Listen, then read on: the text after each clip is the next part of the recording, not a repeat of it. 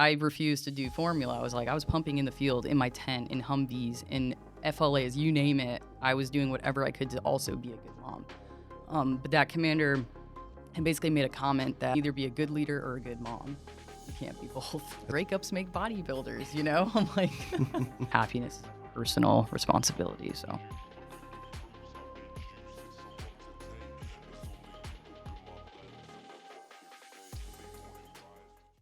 Welcome back to Operation Onward podcast. Today we've got Army officer, competitive bodybuilder, owner of LFP Creative, and Operation Onward's producer, little Fit Patriot herself, Alyssa Michelle. Alyssa, welcome to the show. Stoked to be here. Thank you guys for having me. Thanks for coming on. Yeah, this is awesome. Excited. So, Other side of the lens today. It's kind of cool. I know, right? it is. Yeah. How does it feel? Feels awesome. Love it. I love this. In the hot seat. I know. Everyone's looking at me. So all the production magic and content that everyone sees for Operation Onward, it's all Alyssa's magic. Unless it's bad, then it was me. So. Yeah, right? Then never mind. No, just kidding. Yeah. So Alyssa, tell me a little bit about your story, your background.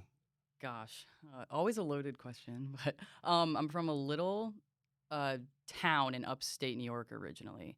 Not an athlete growing up. I always tell people that because, as you mentioned, competitively bodybuild, that's like, what? That's mind-blowing. I could not, a sport coordination for me, not a thing. So joining the Army was a shock to my family. I'm one of 4 girls, the only one who went military. Why? I don't know. Super patriotic. There's a lot of things that drew me to it, a lot of history, why I chose the 82nd for my first duty station, historic unit. Yeah. I really wanted to do that. But yeah, before that, just a non-athlete, had this calling to be in the military, had some friends who were also doing it. There's like maybe 4 out of my class of 400 that went military after high school. Super cool. I went ROTC. So that is kind of where I discovered who I could be, if that makes sense. So that's where my mental toughness was tested. Okay. For the first time, because I became this athlete. I realized there were people that pushed me to be better, that I didn't think I was capable of. They believed in me or something in me that I didn't ever see. So this like crazy athlete emerges, fast, getting stronger, understanding that a gym is not just for athletes. I'm like, oh, we can like use this freely. Which is kind of where that fitness or love for fitness came into my life. I'm going all over the place, but graduated college, and by the time my 4 years, I commissioned #1 in my class at my school, which is SUNY Brockport. Nobody has probably ever heard of it. So upstate New York Shout school. out. But to go and speak to my class and be #1 in something ever in my life was like the weirdest, coolest experience. And that kind of got the ball rolling for the rest of my life, where I just knew that I had what it took to do like hard things. Yeah. And that kind of brought me into, so when however you rank is how you determine, okay, I get to choose the branch I want to go into, the duty station. I chose the 82nd. I could have chosen Europe, but for some reason I was like, the 82nd is so cool. Like band of brothers, like, wanted to do it. Iconic. Yeah, and then like That's Fort Bragg, right? Fort Bragg. Fort Yep. Bragg. I think it's back to being called It's Fort back Bragg to- at this yep, point. now Well, it's back to Liberty, Bragg. Liberty, second, right? whatever. Yeah. Okay. Whatever craziness Whatever is it's happening. called now. So I went artillery, which was newly open to females for officers. And again, just based on what I was stacking onto who I was and identifying like, who am I as a person? Who is Alyssa?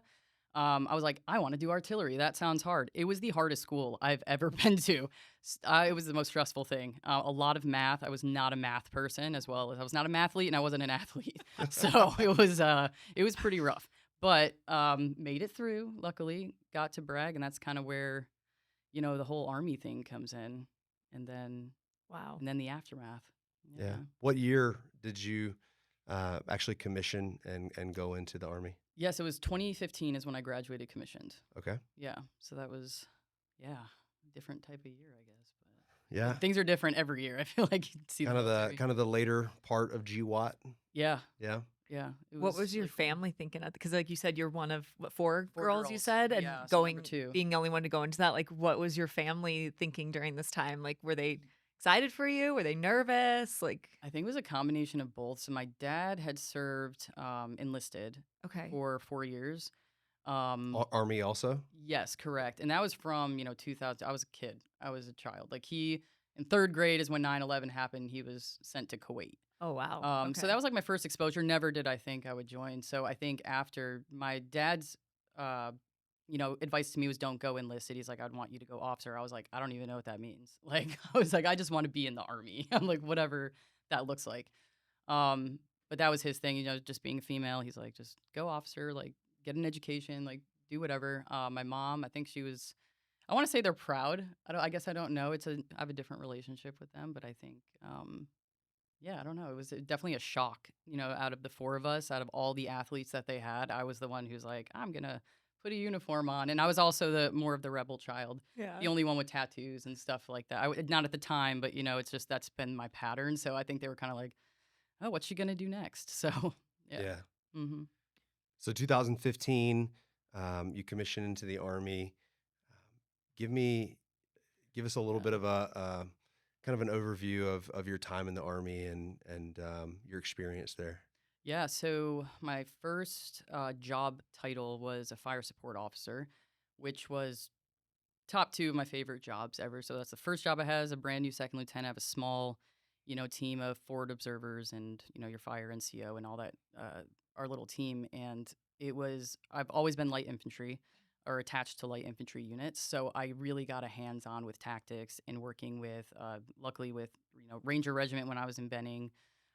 Really cool experience. It's on the other side of like the gun line. So, when you think artillery, you're thinking the big guns. Like, yes, we observe, the rounds and, what happens when you do all that stuff. Really cool. And then after that, I did a little bit. I moved to Benning after. So I became pregnant with my son when I was at Bragg. And so, my husband at the time, he was like, hey, we're going to go PCS because he had to go to the infantry captain career course. So I was like, cool, let's PCS early. We wanted our family together. So I went into a battalion role first while I waited to have my son. And then after that, I went into a PL role. And then the guy I had worked with, who ended up being my commander at the battery, he was like, I want you as my XO or executive officer, which is the right hand to the commander. And I was like, me? I was like, I need to do like my PL time. I need to do like my fire direction side. Like, what about all those? He's like, no, I want you as XO. Like, you're going to crush it. And it was probably hands down my favorite job. And it's like the boring job almost, but it's like you are responsible for all of these guys. Getting them food, getting them their ammo, going to all the crazy maintenance meetings in court. Like, it sounds so boring, but it was such an empowering position because I wasn't really ready to get out, and I'm sure we'll talk about that. So I was thinking like, wow, what a great start to like what it would be like to be the commander of this battery. But yeah, my experiences was awesome. It was eye-opening. It's like a melting pot in the military. You meet people from all kinds of backgrounds. So working with different soldiers, sometimes their personal problems or, whatever's going on. It was a really eye-opening experience for me that I brought into the rest of what I do because you just know how to communicate with different types of people. Really, it was just a really cool experience, I guess. Yeah. That's awesome. That's cool. Yeah. I kind of like to ask, I call it, challenge coin moment, Yeah. right? But is there a moment or a time that stands out to you when you were in that's either funny or impactful, but so many. Yeah. Well, I like to say like, what's your favorite challenge coin story, right? That. Because yes. you always get a challenge coin for memorable moments. So or you drink from the grog for the bad. Yeah. moments. So, with working with a lot of soldiers and having the oversight, like everything, you do or fail to do falls on you as a leader. So some of I guess it's like silly stories. It's not something I did, but I had to deal with a lot of different things. But I had a soldier, like everyone wants the howitzer shells, right? And usually they shine them up and they give it to people at like ceremonies. Like you have to account for it at the ammo point. Like everything dispensed. That's what we do. But this one soldier, and he was always the one soldier every time, who decided to put it in his backpack. And of course, we're at the ammo point, and we're like, shy or whatever. Or, we get in trouble for something. We're missing something. Everyone, you start dumping your stuff, and this shell that just zipped up in his backpack, and we're like, private, whatever. How did that? You just took this? You decided that we didn't have to do the right thing or whatever? And he's like, I have no idea how it got there. And I'm like, oh, so you're telling me this thing just hopped into your backpack, zipped itself up, and made it all the way back to your barracks. So I mean, it's like little things like that. I mean, it's silly to me just because it was constantly like that kind of I stuff. feel like that's the life of like a junior enlisted guy. It's like, what can Yeah. Never a dull moment. what can I Yeah. after my first deployment on a ship, we had the ship's cannon up front. And I forget what millimeter it was, but it would eject the shells onto the deck, and I grabbed one after our first deployment, gunpowder and everything still on it. Didn't bother washing it, and I was like, I'm gonna take this home to my family. Threw it in my bag. And brought it on the plane. Tried to like bring it on the plane no. with me, and TSA did not like that. Yeah. So Yeah. Oh my gosh. Yeah. Other than It's that, a great story. It is. It's hilarious because you're like, what happened? You get pat down. Like, what else did you bring on here? the It's funny. so after your time in the military, one of the biggest focuses of Operation Onward is telling the story of our veterans' transition out of the military, and it's something that every veteran shares. It's always a traumatic experience. I don't feel like any veteran is really ever ready for it, but that's why we're here, is to create a platform to talk about that transition, to share your experience in that transition, what went right, what fell apart, and then provide the information and the opportunities for our listeners who are going through that now, and so they can do it right when we kind of messed it up. So what was your transition out of the Army like? Like, when did that start? When did you know that you were getting out, and what was that experience like for you? Yeah, I would say traumatic for sure. So like I had alluded to earlier, I did not want to get out. I wasn't ready to. It was never in the cards. I thought I was going to be a lifer, or at least do 10 years or something like that. But what happened is my husband at the time and myself, we just decided we were going to go our separate ways. We're doing different things, like whatever, behind the scenes. And my son was barely 2 at this point. So I had a really, really big decision to make because I pinned captain and I was trying to play everything out. I had a whole pro and cons list of like, okay, because I would have to go to the captain career course, which would take me.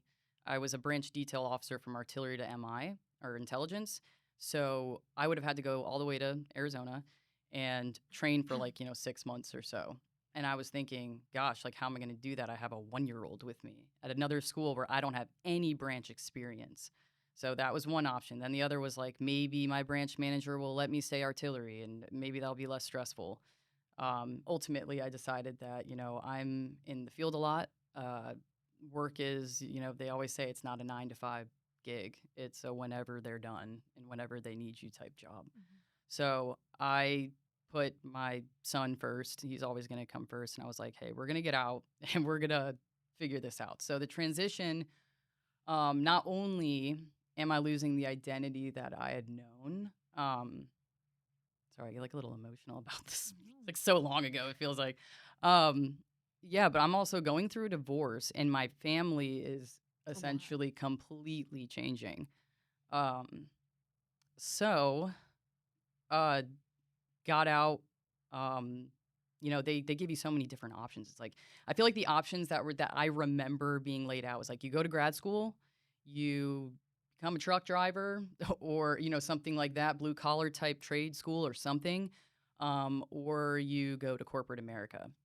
Never did it occur to me being an entrepreneur now that was ever a path that I would fit into. Yeah. I didn't come from a background of entrepreneurs at all. So it wasn't something I was exposed to personally. So I was like, corporate America it is, because as much fun as college was, I don't like school that much. And I didn't trust that I would pick a degree that made sense or something. I'd be picking something off of whatever. So I ended up picking a corporate job that was based solely on the, income I would make, because I'm like, hey, I got me and I got my son. I need to make sure we're taken care of. So, there's so many different recruiters. So I found one called Alliance that specifically works with officers to put you in above entry-level jobs with leadership skills. And I was like, awesome. That means I can make a certain amount of money that I'm happy with. So I ended up going into the plumbing wholesale world as a manager. Did a lot of operations, had to do the warehouse phase. I absolutely was, I want to say depressed a little bit. It was not fun being in a warehouse after being like a leader in this prestigious organization, going and cutting boxes open and receiving product and plumbing. I'm like, it's just like the non-sexiest industry you can think of. I've learned a lot and I can put a disposal in, I can tell you that much. Yeah. But it's like, other than that, it wasn't like my dream job or the exit plan that I would have envisioned for myself. So yeah, I can keep going down that path. I Why guess, yeah. why do you think that experience of transitioning out of the military was so traumatic for you? I mean, it's so common across our community, right? And like the military has TAPS. I don't know about you, but I don't remember. TAPS was like, it was quick. I don't remember, I remember getting a checklist that I had to take around the base, and he like, hey, just get this, department to check here. And I'm not doing that. You got to walk 5 miles that way and get another check. But for you, why was that? Why do you think that it's so common in our community? And for you, like, why was that a traumatic experience for you? It was traumatic because there's so many changes happening. I really didn't know what the future held, but also the transition out wasn't, no one's holding your hand. You're not assigned like a counselor going out. There's no one saying like, hey, are you okay? Are you like ready to take on this next step of leaving everything that you've ever known? I didn't even have to think about what I wore to work, like it's the same thing every day. There was a lot of change, and that's not a part of TAPS. There was nothing making sure that you're mentally okay, or like, hey, what are you going through? Like, yeah, I'm going through all these different things. That would have been nice. Yeah. Gosh, we hear that so much with work, just not being set up for that and just being asked a simple question, how are you? Like mentally, emotionally. And I feel like that's one of the biggest things that the military It misses when we're transitioning out is like there is no mental check-in. No. I hear that almost daily. Like when I speak with veterans that they're like, I was never asked this. I never went through anything like this. So. Well, the military breaks you down in a way that's, it's structurally necessary for us in the military, but we become a team. We become, it's no longer self, it's about the plural, right? And there's nothing that prepares you to be ripped away from that. So no, and if you go to like the mental health floor, you're looked at like you're crazy. Yeah, it's always looked at as weakness. It's a demonized thing, and that's the last thing I want it to be, right? Because I'm the person who wants to carry the world on my shoulders so that I don't have to share that burden. But yeah, no, it was definitely something that I'm like, and I've learned that now. Like it's okay to ask for help, and it's okay to or it's actually necessary to take care of your mental. I'm not saying like offload everything and make it someone's problem. It's just like, hey, I just need to be heard. Yeah. I think. Well, and you mentioned word earlier, identity, right? That was who you are for so long, and now you have your son and taking care of, him, putting him first. He is your world. I mean, I can't even imagine that was your life for so long. That's who you were. That's who you knew, and now it's like complete 180. Yeah, and they feed off your energy. Oh, I'm like, if I can't even imagine a mess or broke or I'm like, I couldn't. At least like, let's take care of the ones I know I can do. I can get a job, right? Like a job, whatever it is. But yeah, there's a lot of different things that get stripped away, and the identity as a mom and identity as a leader or whatever it was. Because I did have a commander at one point, not the last one I had, but like previously, he this is when I was fresh newborn, had a fresh newborn, right? I was a brand new mom in this world, and officers, also young officers, it wasn't very common for us to be having children. That was like, you wait till you're a captain. That was like an unwritten type rule. So it was already super weird because this is your time in the field to like prove yourself as a lieutenant. And I was always in the field regardless. I was TMI, but like pumping in, because I refused to do formula. I was pumping in the field, in my tent, in Humvees, in FLAs, you name it. I was doing whatever I could to also be a good mom. But that commander had basically made a comment that, you're either a leader, you can either be a good leader or a good mom. you can't be both. That's bullshit. Oof. Yeah, so I'm saying there's like some trauma in there that I Yeah. was like, I'm gonna prove you wrong. Good. And that's why I had this whole, I called it the milk operation, where like I had a cooler in the back of my Humvee. My NCO was cool. I'm like, I have your back, you have my back. Nobody comes in this vehicle from this time to this time, and we're, I just figured it out. Cooler would go back home. Baby got fed. Like, I mean, it was Yeah. crazy to be given that ultimatum in a sense. And I'm like, there's no reason I can't do both. Yeah. So Wow. I'm telling you, mental strength comes from having to stare like some of the, craziest stuff in the face. So to come out on the other side. What would you say to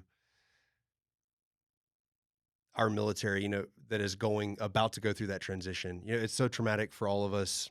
Mhm. It shouldn't be. Like, there has to be a better way, but from your experiences looking back, like, what message would you give to our veteran military family community that are looking toward transition or going through that or have just gone through that and are on the other side? Like, what message would you give to them to help them get through that time and maybe do it a little bit better than we did? Yeah, there's a lot. I mean, there's so many resources out there, and it's actually very overwhelming, which is why you start a Google search, and it gets very hard. So the first thing I wish that I had done was really sit with myself. Maybe go to therapy. I don't know, or talk to someone who could have listened to and maybe identified something in the conversation that would have made sense to me at the time. But you really have to do soul searching. You have to realize what in this world is going to bring you fulfillment and happiness. And I've learned, like, sitting here now, that like the biggest goal in life for me personally is happiness. Like, if I'm not chasing being the happiest person, when we're only given this small, tiny time on this planet, yeah, like, what am I doing then? So, of course, like, income matters. You can't just like, I'm going to go be a vagabond and just, travel around and do whatever. Like, I have a child to take care of. There's some real things that happen. I don't want to call them excuses, but like, we have real circumstances that dictate how we can live. But I've also realized, like, there's always a way.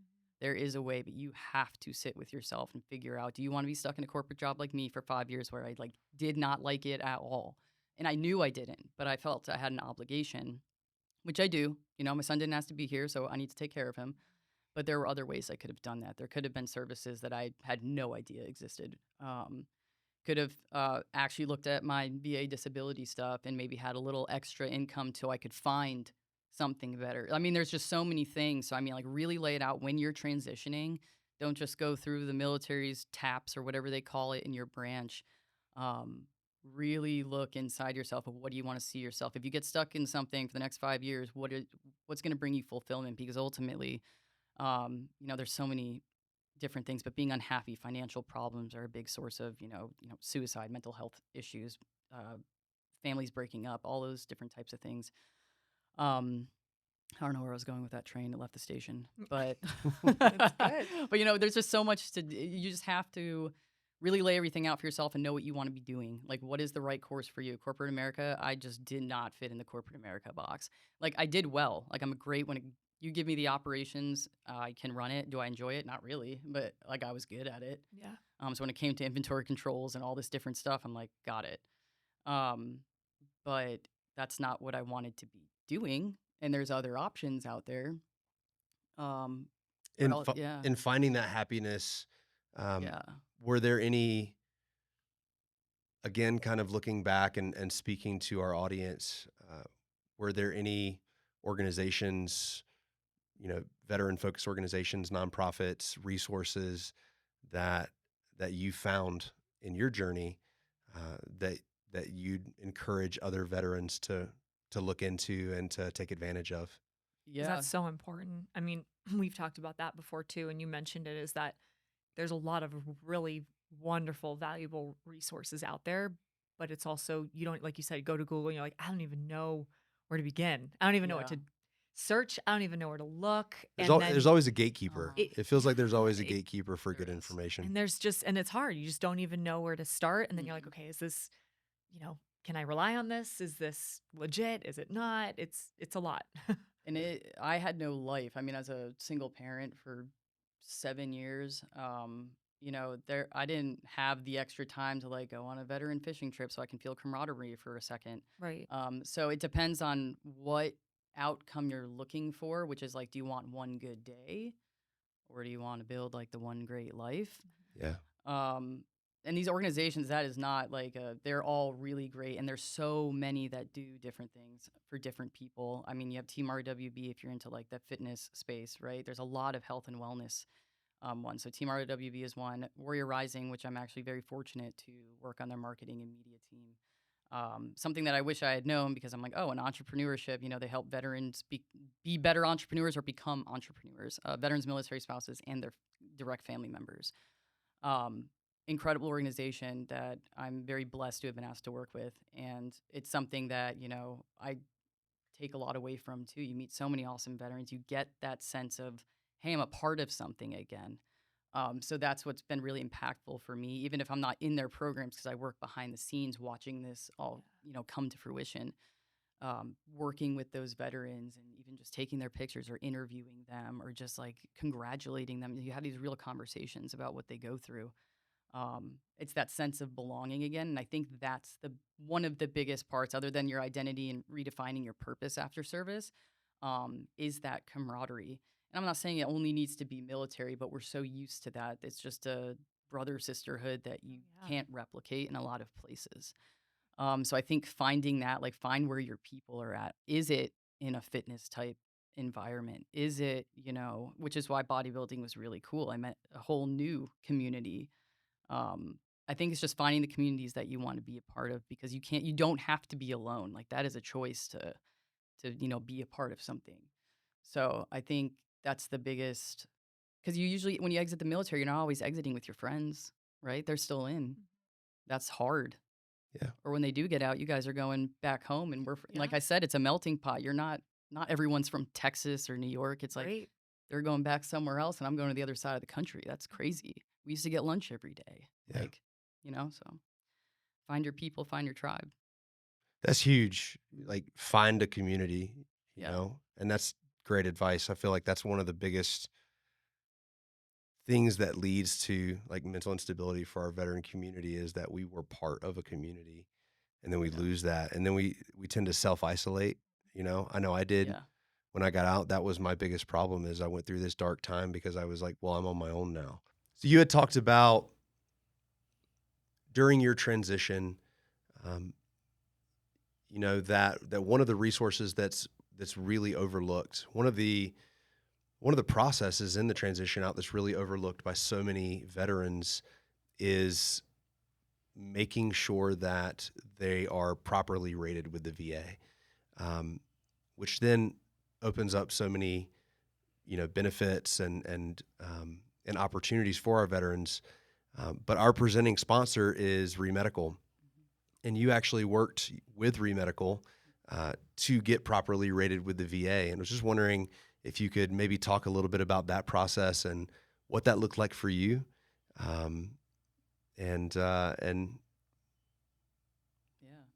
So before I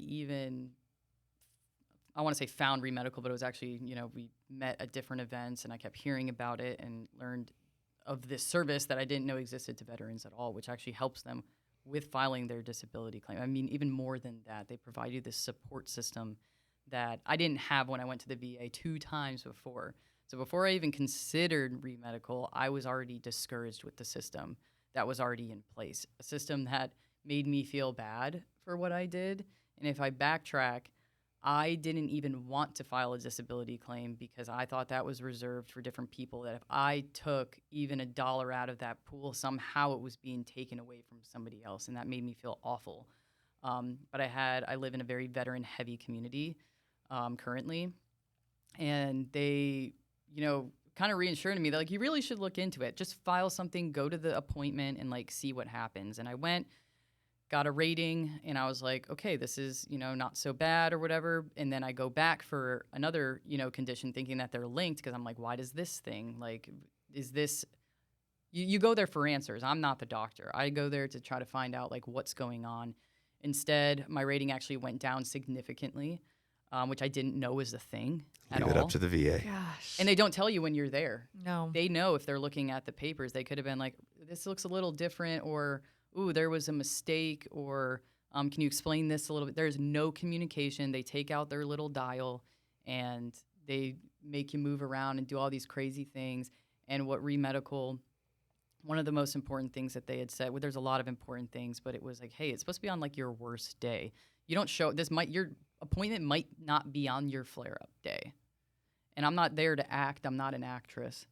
And you know, it's like all these different things coming together, and they explain, like ReMedical explained it in such a way that I could do it at my own pace, because I was very overwhelmed and very hesitant on doing it. I just had so many people telling me, like, just give it a shot, see what they can do for you. I only want to align myself with people I know, like, and trust, and ReMedical was. I knew too many people that had been through there, that work there, that I knew this is something that I could trust, and went through the process. It was seamless. The doctor was a veteran herself. She told me that she was not here to humiliate me, and that was really an important thing that I needed to hear, because it's easy to feel bad about it or discouraged already. I'm like, I've already been through this twice. The last thing I want to do is be humiliated for the third time in a row. So yeah, it was a really, really awesome experience. Like I said, you can do it at your own pace, whatever that is. If you want to take your time or you want to just get through it and file the papers, they will ask you every question if something looks wrong. Because if you file something incorrectly or you file too many times or something like that, that is bad. Very bad in the system's eyes, which is crazy, because it's like, what if you forgot something? Like, there's no take backsies. So they, like ReMedical, made sure they would call any question that they had or anything that looked weird. They really walked you through it. It made me feel normal about it. And they also, like, she enlightened me on so many different things. Like, hey, if you need a knee sleeve for something, or like if something's not working, a protocol that they gave you, ask for something else. And I'm like, I didn't know you could do all this through the VA. So they really walk you through it all. And it's not a secret, but it's not a secret what they can offer you. It's not supposed to be this hush thing where we're going to keep all these disabilities in a corner, and if you don't know the exact verbiage of what you might have, you don't get it. Like, I mean, because again, they throw these big words around. You look at your papers and you're like, I don't even know what that means. So yeah, it was just a really great experience that helped me understand that if you're owed something, or you put in your service, and if something has happened, that's okay to talk about it and to get help with it. But it was just an easy process that I don't know, it just made me feel better than the other 2 times that I'd gone, and it was just very discouraging. So it was nice to finally be on the other side and, not feeling so bad about it all. Yeah, ReMedical is our presenting sponsor here at Operation Onward, and I feel like they're a company that really is in it for the benefit of the veteran community, and that's their goal. That's their push. They're our presenting sponsor, and this platform it exists to shine a light on all of the benefits and opportunities that are available to the veteran community, not just disability services. So they're a great company. They're a company that I trust, and I'm glad that you had a great experience with them as well. To our veteran listeners, if you're, not everyone would need the services that ReMedical provides, but if you're in a place where there's no clarity and there's no direction forward, and you know that you're hurting and that you sacrifice for this country, and you're getting pushback from the VA, ReMedical is a great place to reach out to. What led you into bodybuilding? I mean, that's the biggest. You go from military officer, you're a mom, and then all of a sudden you're a competitive bodybuilder. Like, what led you to that? Tell us that story. Yeah, so I didn't look like a bodybuilder to begin with. It was, typical. Army likes to run a lot, especially at Bragg, so I had the runner's body, but I could still move some weight. But I was like, okay. I moved to Austin area to begin with in my corporate job, and that's a huge community out there, bodybuilding. And I was also, newly divorced. And the funny little thing I always tell people is, like, breakups make bodybuilders, I'm like, it's the, I want to look bad. Yeah, the revenge exactly. So to me, I was like, hey, let me pour into myself a little bit. I'm gonna save up for like a coach or something because I can go to a gym, but it's a very specific type of training and eating. And I was just like, oh my gosh, it's so overwhelming. But I really wanted to get on that stage and prove something to myself.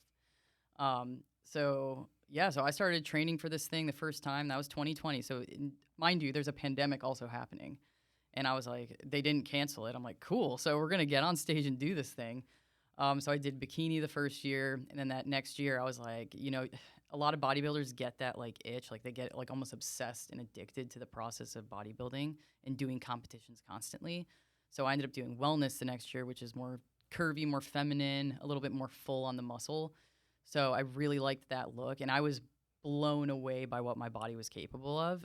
Started lifting heavier, but I started looking completely different. Like military, I was probably a $125, $130 soaking wet. Like right now, as I sit here, I'm probably 145 pounds, and I've never been like under 140, and I don't want to be because I like love the look that I have. But to put on that much weight was insane. It was really cool because it proved to me that I can do this other thing, but it also gave me that light inside again that it hyped me up. I felt good again. I was like, I'm doing something for me. Even though the first one I won absolutely nothing. It was like a participation type thing, a very expensive participation badge. So, yeah, and I mean, I didn't continue it after. I really wanted to, get the pro card, do all that. And I was like, gosh, this is such an expensive sport, but there's a lot of other things with, PEDs and politics are everywhere. And I'm like, I kind of just want to work out for fun now and possibly work towards something else because I really like the competitive space, which was not me growing up, as I told you the athlete story. So it was cool to find that spark again, just like in the military where I'm like, okay, cool. Like I can like do something competitive and feel good about myself, but finding again, that's another community right there I found was in bodybuilding. I mean, everyone in the gym, they hype you up. It's cool. What are you training for? How'd you get this? How do you do that? It's really neat to find that community again. And I'm obsessed with fitness and all of its amazing forms. So. And you're not competing anymore, but you're a coach, right? You are kind of helping other people get there and bringing them into the community as well, right? Yes. So that was my first toe dip into the pool of entrepreneurship. I was still working my corporate job, and I was like, hey, I'd competed twice. People are asking me if I coach. I'm like, can I do that? And not for competitions. I was like, I will not coach for competitive space because that's a very specific thing. And I've only done 2. I'm not like, whatever. I was like, I want to help train people for life, like lifestyle. I had my old biology teacher who wanted me to train her. I mean, crazy from high school. That's awesome. Yeah, so she lost, close to 30 pounds and like absolutely, wanted to look great by her 44th birthday. And I'm like, heck yeah. And then I had some other females. So I'm like, I made this little business and, it was really cool to be asked by so many people to help train them and change their life. Because that was another thing that gave fuel to me. And it's crazy because it's kind of a selfish thing. You like that feel good. I mean, we're humans, but at the same time, it's a very it's a selfish, selfless type of love where you get to see someone else like love their life again, love their body type thing. Inspiring. So you transition out of the military, bodybuilder. You spend some time in corporate America, and then I've heard you talk about it. Being friends and knowing your story. Like I feel like you really found your passion through entrepreneurship and starting LFP Creative. So I'd love to spend a little bit of time not only talking about where you're at now and what LFP Creative is and the opportunities that you have now, but also, as a veteran business owner, if there were any resources or opportunities that you used in starting that and becoming a business owner that we could share with the veteran community that might be interested in starting their own, their own shop. So, tell me about your transition into entrepreneurship, business ownership, and then LFP Creative. Yeah. So when I had talked about being a coach, that was my first like test run. And I was like, I'm making real money from this at my same job. So that was actually what helped me kind of think about what else I could do. So I already knew I was going to get out of corporate America, and I was like, I'm going to just do this coach thing and see what happens. You know, all else fails, I go find another job or something. But at the time that I put it on the calendar of like, I'm going to leave on, you know, this date. Like, I'm leaving my corporate job. If it's not on the calendar, it doesn't exist. 2 weeks before that date, I get a call from one of, you know, the guys at Warrior Rising that we had just been on social media as friends, which is, again, how I became a coach, is I had a social media presence. It's really hard to sell something when you don't have a presence to people. And so Warrior Rising called, and I was like, for this opportunity to run their socials. It started with just social media management, and it's since evolved from there. But that was my ticket to freedom, you know, of that like safety of like, wow, I can do something I am good at and like. And they also work with veteran entrepreneurs. I'm like, how crazy is this? It's weird how life aligns when you actually commit to the path that you say you're going to take. Because I don't think that would have happened if I didn't put it on the calendar. You know what I mean? I wasn't putting that out in the ether, or the universe, whatever you believe in. So yeah, that happened, and then that role started growing more. When I was I think that's actually where I met you for the first time, was our Iowa event. That was the first event I ever went to for them, and I literally just had my cell phone, and that's what I was taking content with, because I just had to manage the socials. But I'm like, I need content. I need that raw footage. I'm like, I need interviews and different things. Soon evolved into me bringing my camera to events. And then other people asking for things. And, then it was, I met another veteran in Iowa who happens to live 15 minutes from me and runs his own business, and was like, I need a content creator. I'm like, oh my gosh, this is crazy. I'm like, is this a real thing? And, I had some friends, Teresa too, who's been through REE. She's like, that should be a business, Alyssa. She's like, you should have a business, Alyssa. And I was like, yeah, you're probably right, because at this point it's turning into something real. And I was like, this is awesome. So I, eventually started kind of feeling this out, and I built LFP Creative, which is just a little Fit Patriot. I wasn't going to be super crazy with the name. I was like, that seems pretty straightforward, LFP and redo creative, because what I do is so vast. I mean, from some of this podcast stuff to just other kind of content creation. You have YouTube videos, edits, photography. I love photography. All different things, if it's graphics or whatever. There's such a big umbrella, and you really want to be a little bit more niche, but I'm kind of touching a little bit of everything to see what I really, really love. But yeah, that's how the whole business started. I was getting asked to do these different things, and I'm like, hey, this is kind of lucrative. This is real life. This is a real business. And when you treat it as such, it's also very overwhelming. I'll tell you that much. Running a one shop, one person shop, but, super cool. I don't know if I answered all your questions. I think you did, and I think that I love little shout out to Teresa. We love Teresa. Teresa another just thing is someone that we need to get her on the podcast. We do. Actually, she's gone through the process, so I love that she kind of also helped to inspire that. Yeah, but that's also such good. Because you started in content creation. You knew that was your passion. You started with Warrior Rising, which was kind of like the stars aligning, right? Yep. But there was a fork in the road that you took. Whereas, okay, I'm employed by Warrior Rising, doing their marketing and their content creation.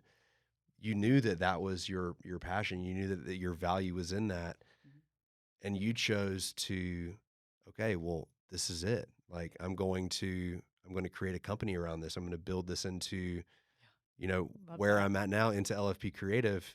And you can still work with Warrior Rising, and you're still doing their content. You're working with Operation Onward, and you're producing our podcast, but you branded yourself, and you took that opportunity to say, you know what, this is my opportunity to start something and to build that around it. It's just such a good message, I think, for the veteran community and our audience, and just in general. Absolutely. It's, if you feel caught in corporate America, like, take your talent, take your value. So starting LFP Creative, tell us what's some awesome stuff that you've been able to do. I mean, I know that. So what are some highlights? I mean, I know that travel a lot. You just got back from Normandy for the anniversary of D-Day, which is something that I know you've done. I will be there next year. I have to be. Too. Like, we don't have very many World War II veterans left, and then out of those, the amount that can actually travel to Normandy, right? Like, I want to be there with our veterans, but tell me about that. Like, tell me about, Everyone needs to visit Normandy, especially if Yes. you like history, World War II history, but especially if you're able to go during D-Day ceremonies. That is just, oh, I'm getting emotional thinking about it. Yeah. That is just, you will see things and the love and the appreciation from the people of Normandy that we do not have here.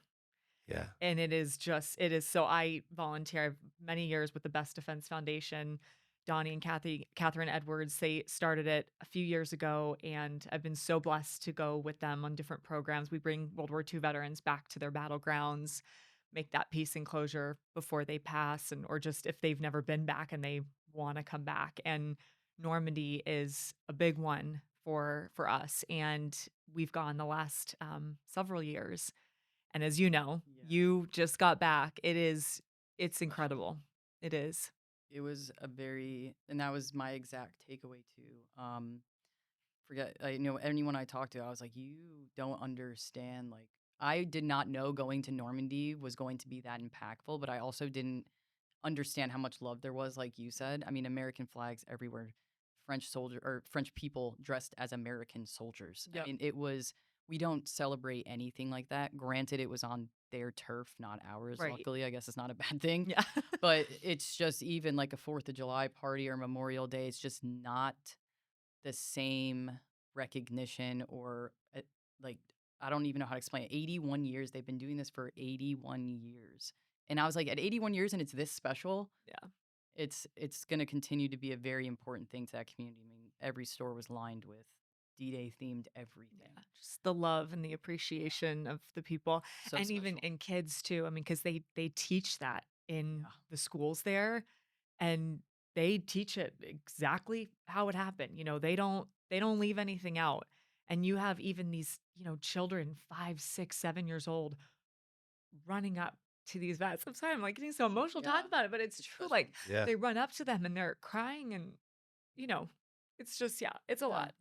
It is. No, It's just so empowering. It's so beautiful. And they're hugging these vets, and they're just like, they're crying. I'm like, we learned about you in school, and you helped, my family and my grandparents. And it's just, yeah, you have to go. You will love it. Yeah. You will love it. we brought a World War II vet with us, Don Poole, and he actually got tandem jumped into, Yes.